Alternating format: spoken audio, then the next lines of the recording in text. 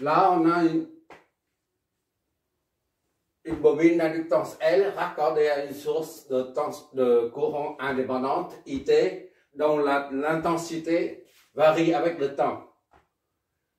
Et cette variation est illustrée par ce graphe-là, par intervalle. De 0 à 2, ça monte, de 2 à 4, ça reste constante, et puis de 4 à 6, ça descend. Ainsi de suite. Il s'agit de déterminer la variation de la tension en fonction de celle du courant, d'accord? Et en fonction du temps, en même temps. Puis à la fin, on doit expliquer pourquoi une telle variation. C'est-à-dire, il faut expliquer la loi de Lenz. La loi de Lenz, c'est celle qui concerne uniquement les bobines d'inductance. Bon, on y va. Ça, on a le courant IT qui sort ici. Et comme d'habitude, lorsqu'on a un courant qui traverse un condensateur, on met une lettre. Pour un condensateur, on met la lettre minuscule, d'accord, comme condensateur, comme capacitant. Et pour une inductance, on met L comme inductance, d'accord? Un petit rappel. Et ici, nous, on a une inductance. Le courant qui sort ici, là, arrive là et passe à travers l'inductance. On met ILT. D'accord? L pour inductance. Comme il s'agit de déterminer la tension VNT au bord de la bobine, on va dessiner en même temps la tension. On n'a pas besoin de refaire un autre chemin de calcul, d'accord? Parce que là, c'est très simple. Il y a une source de courant et puis une seule inductance. Donc, on utilise ce chemin VLT. Voilà, c'est ce qu'on cherche.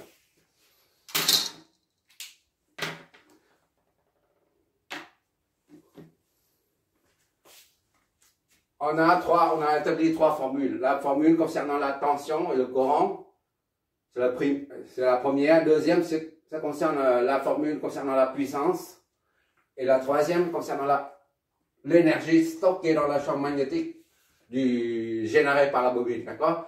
Ici, on cherche seulement, on doit calculer VNT seulement, c'est-à-dire la tension aux bornes de la bobine. Donc, on utilise donc la première formule fondamentale concernant un relatif à une bobine, qui est VNT est égal à L, l'inductance fois DINT sur TT. D'accord? Ou bien L fois INT prime. D'accord? Ça, c'est la formule fondamentale comme ça qu'on utilise pour étudier une bobine. L'inductance L. La tension peut être la tension au bord de la bobine peut être exprimée sous forme de dérivée ou sous forme différentielle. Ça, c'est la dérivée du courant. D'accord? Et ça, c'est la dérivée, c'est toujours la dérivée du courant, mais exprimée sous forme différentielle. On voit D. D'accord? Il existe deux formules. Voilà. Deux formes différentes pour exprimer la tension au bord de l'inductance. On utilise la première formule quand il y a une intégration à faire. D'accord? Ici, lorsqu'on veut chercher le courant qui traverse la bobine, on utilise cette formule-là. Et il suffit d'intégrer, parce que le D ici permet d'intégrer, faire une intégration. D'accord? Comme on a dit, répété plusieurs fois. Tandis que là, on ne cherche pas le courant traversant la bobine. On cherche seulement la tension. Donc, on prend cette formule-là, cette forme-là. C'est-à-dire quoi? C'est-à-dire, on a déjà le courant. On ne cherche pas le courant. On l'a déjà ici. Il suffit de prendre sa dérivée pour trouver et multiplier par la L, par l'inductance pour trouver la tension. D'accord? On n'a pas d'intégration à faire. Donc, on prend celle-là. VNT est égal à L fois INT prime. D'accord? C'est celle-là qu'on va utiliser là, tout le long de notre étude. Ça, c'est première remarque. Deuxième remarque, c'est que là, pour dériver ça, là, pour dériver le courant, il faut avoir l'équation du courant. Mais ici, on a un courant qui varie avec le temps, par intervalle de temps. De 0 à 2, ça monte. De 2 à 4, c'est horizontal, c'est-à-dire constante. Et de 4 à 6, ça descend. Et ça se répète après. C'est répétitif. Donc, on suffit d'étudier la première partie. Le reste, on en déduit par symétrie. D'accord? Comme il y a 3 intervalles, on va étudier 3 intervalles différents. Ça, d'ici à là. Le deuxième, ici à là. Le troisième, ici à là. Voilà. Pendant la premier intervalle, on va appeler IT par I1T. Deuxième intervalle, de 0 à 4, I2T. Deuxième intervalle. Et troisième intervalle, c'est I3T. Il faut trouver I1T et I2T ainsi que I3T pour pouvoir prendre le dérivé. Et on injecte dedans, c'est tout. Pour les durs VNT. On y va pour 0 à 2. Déjà, pour tout T appartient à 0. Ça, c'est les millisecondes. C'est les ampères, d'accord? On met 0 à 2, c'est-à-dire 0 à 2, 10 moins 3 secondes, d'accord? Il faut convertir en secondes. On a I1T, d'accord? 0 à 2, I1T est égal à AT fois A fois T plus B. A, c'est le coefficient directeur ici. T, c'est la variable, B, c'est l'ordonnée. D'accord? Ainsi, pour T est égal à 0, là, ici, là, on a I1, 0 est égal à A fois 0 plus B est égal à combien lorsque T est égal à 0, le rouge là, le trait rouge, touche 0. Donc c'est 0. I1T est égal à 0.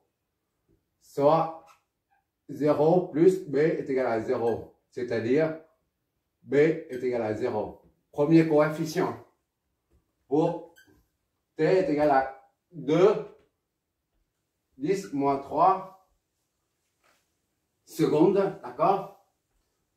Et 1 de 2, 10 moins 3 est égal à A fois 2, 10 moins 3 plus B. B est égal à 0. Là. Plus B, pour l'instant, on va doucement. Ça fait 2, 10 moins 3A plus 0 est égal à... Non, ça c'est 10. Lorsque T est égal à 2, on a l'ordonnée qui est 10. D'accord? Je vais trop vite, ça fait ça. Soit A est égal à 10 divisé par 2, 10 moins 3.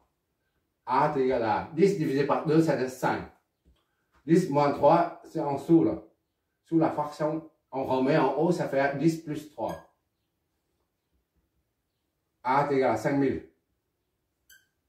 D'accord? Ainsi donc, pour tout T appartient à 0 et 2, 10, 800 moins 3 secondes.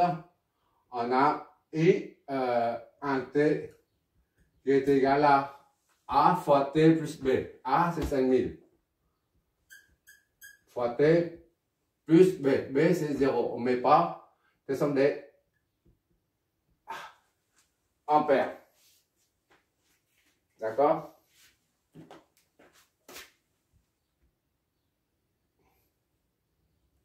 Voilà. Et maintenant, on fait pour le deuxième intervalle. Pour tout T appartient à... Pour tout T appartient à l'intervalle 2 et 4. 2 compris, 4 compris. 2, 10, moins 3 et 4. 10, moins 3 secondes. On a I de T. D'accord? Est égal à A T plus B. C'est comme en haut. Ainsi, pour T est égal à 2, 10, moins 3 secondes, on a I de T, c'est-à-dire I de 2, 10, moins 3 est égal à A fois 2, 10, moins 3, d'accord, plus B. D'accord? Lorsque T est égal à 2, on a 10. C'est-à-dire 2, 10, moins 3. Hop.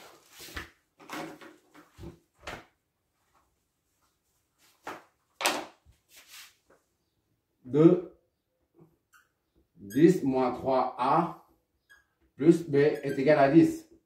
Primo. Et pour T est égal à 2, 4 moins 10, 10 moins 3, on a I2 de 4, 10 moins 3 est égal à A fois 4, 10 moins 3 plus B. D'accord? 4, c'est toujours 10. À 4, on a 10. Tout à l'heure, à 2, on a 10. Maintenant, à 4, on a 10 aussi. D'accord? C'est-à-dire 4, 10 moins 3A plus B est égal à 10. Je ne fais pas de bêtises, j'espère.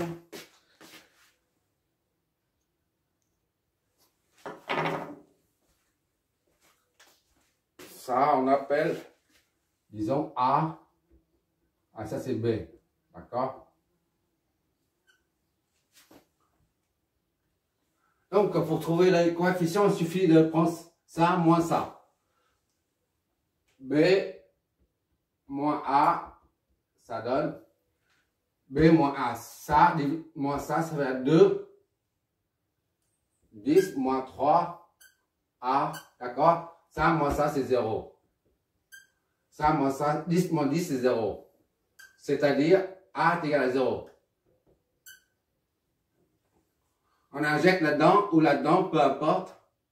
0 fois ça, ça fait 0. Je ferme, sinon. Il faut aller doucement. 2, 10 moins 3 fois 0 fois A là. A c'est 0. Plus B est égal à 10. Ça c'est l'équation A. C'est égal à 10.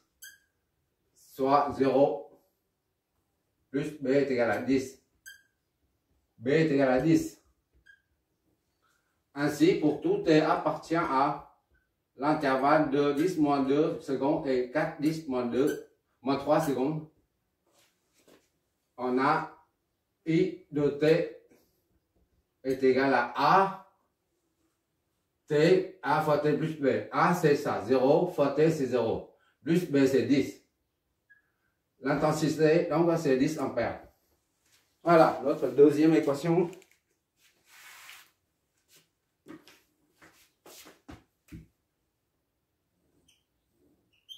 Et enfin, je vois toujours, je reste. Ah non, il faut déplacer. Pour tout T appartient à troisième intervalle. Pour tout T appartient à combien? 4 et 6. 4, 10 moins 3 et 6. 10 moins 3 secondes. On a troisième intervalle de 4 à 6, on a I3T. I3T est égal à AT plus B. C'est toujours une droite, hein, mais descendante. Normalement, on doit trouver A négatif. A doit être négatif. Ici, A est positif. Première équation. Deuxième équation, c'est une constante. On voit bien ici, il n'y a pas de variation.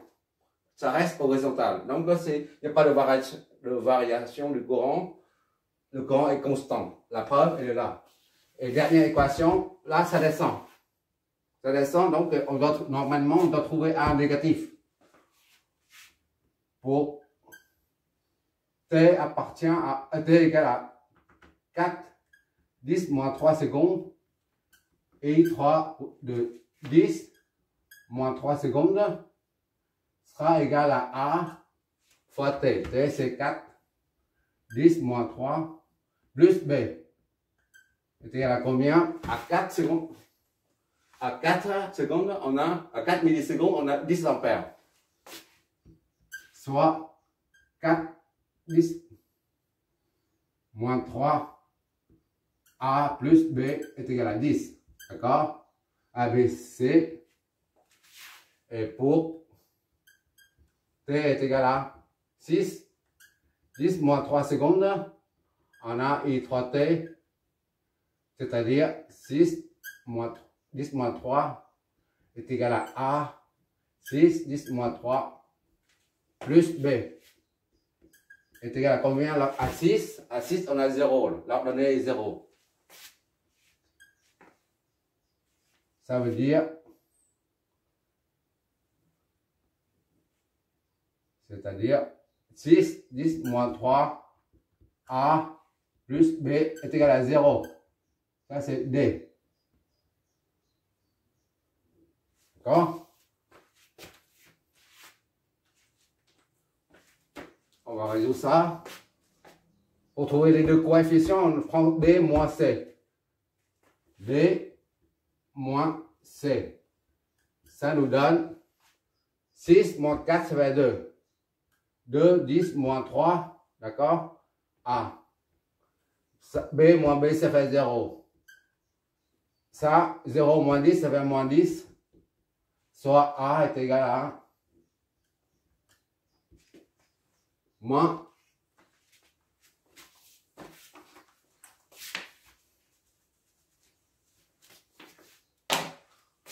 A est égal à moins 10 sur 2, 10 puissance moins 3. D'accord? C'est-à-dire moins 5, 10 divisé par 5, 2, ça donne 5. D'accord? 10 moins 3, au dénominateur, quand on le met en numérateur, on change le signe. 10 puissance 3. Plus 3. D'accord? Donc, A est égal à 5000. Premier coefficient, on injecte dans la deuxième équation, parce que ça c'est nul. Là c'est 10, on évite. On injecte là-dedans. Le D, ça donne 6, 10 moins 3, A, 5000, fois 5, 10, plus 3. Voilà. Plus B est égal à 0.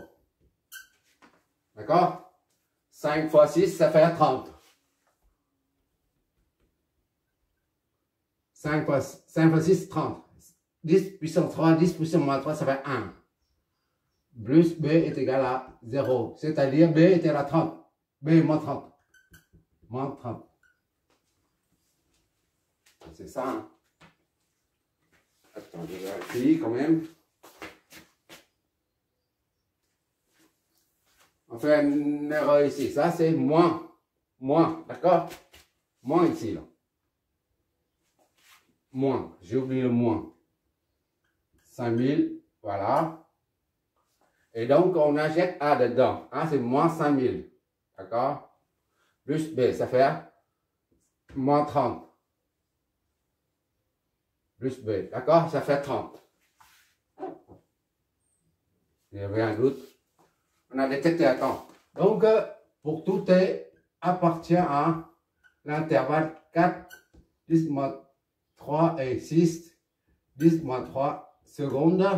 On a I3T est égal à AT plus B. D'accord? A, c'est ça. Moins 5000 T plus 30 en ampères. Ça confirme ce qu'on a dit tout à l'heure. A est négatif, ça descend. Le coefficient des recteurs, c'est comme ça. Moins A. D'accord? Coefficient des recteurs, c'est ça. Et moins. Et maintenant, il suffit de prendre la dérivée de chaque équation. On injecte là-dedans après.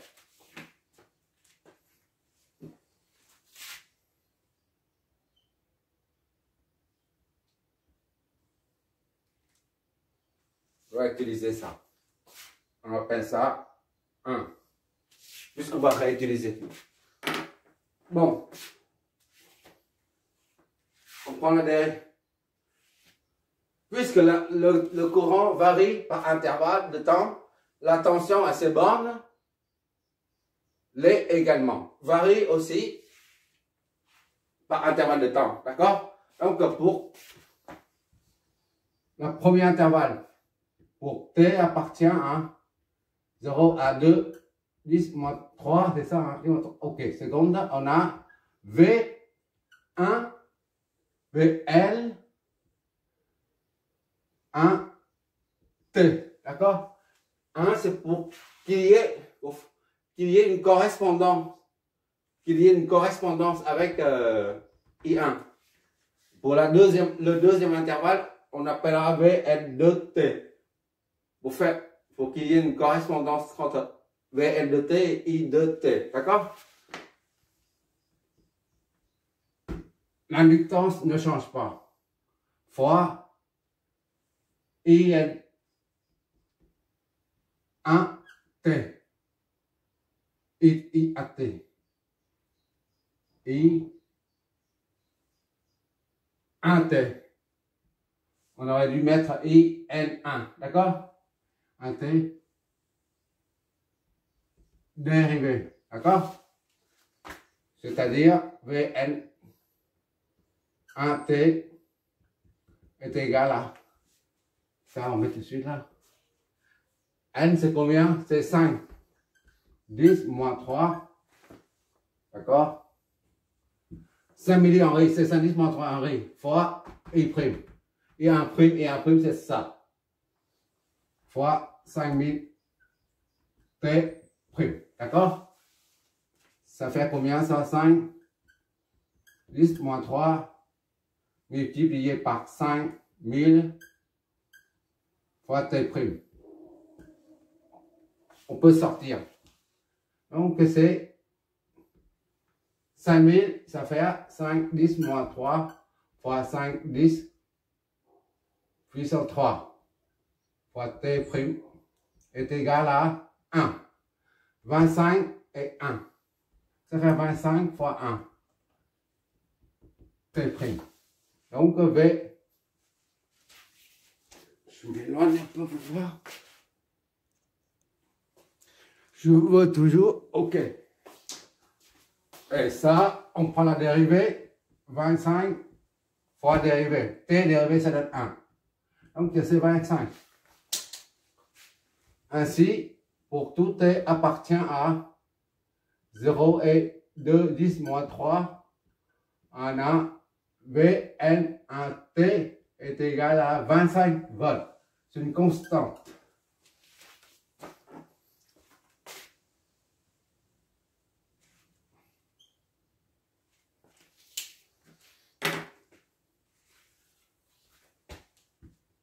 Pour tout T appartient à... C'est le premier intervalle. Deuxième intervalle, c'est 2, 10 moins 3 et 4, 10 moins 3. On a VL, c'est le deuxième intervalle. On prend le courant I2. Donc VN2. T est égal à L fois I de T'. D'accord? Est égal à 5, 10 moins 3 fois I2. I2 c'est 10. D'accord? I2'. C'est 10 dérivé. D'accord? I de c'est là. I de t, c'est là. On met là-dedans, on prend la dérivée. Qu'est-ce que ça nous donne? Ça est égal à 5, 10, moins 3 fois la dérivée. La dérivée d'une constante, ça donne 0. Donc, le tout, c'est 0. Donc, ainsi, donc, pour t appartient à 2, 10, moins 3 et 4, 10, moins 3, Vn de t est nul. D'accord? On va expliquer tout ça. Tout ça a un rapport avec la loi de Lenz. Et enfin, le dernier intervalle appartient à 4, 10, moins 3 et 6, 10, moins 3 secondes. On a Vn 3t qui est égal à L fois I 3t. Dérivée de I 3t, d'accord? Est égal donc à 5, 10, moins 3 Henri fois I 3t. Là, I 3t c'est moins 5000. 5000, on écrit comme ça. 5000t plus 30. D'accord? On prend la dérivée. Donc, Vn3t et donc est égal à 5, on remet 10 moins 3. La dérivée de 30, une constante, ça devient nul. La dérivée de t, ça donne 1. 1 fois ça donne moins 5, 10 plus 3. Donc, est égal à 5 fois 5, c'est 25. Moins 25, plus 3, 10 plus 3 et plus moins 3, ça donne 1. Est égal à moins 25. D'accord? Donc, ainsi, pour tout t appartient à 4, 10, moins 3 et 6, 10, moins 3 secondes. On a Vn3t qui est égal à une constante. À moins 25 volts. D'accord? Ah, je suis complètement à genoux là. Bientôt je vais m'allonger par terre. Là. Oh, c'est quelle misère. Quelle misère, la misère du monde. Bon, on va expliquer tout ça. Je vois toujours, j'espère. Quelle misère. Ah là là, c'est la misère. Bon. Là, c'est la misère. Ah, c'est quelle misère. Bon, c'est bon, on continue.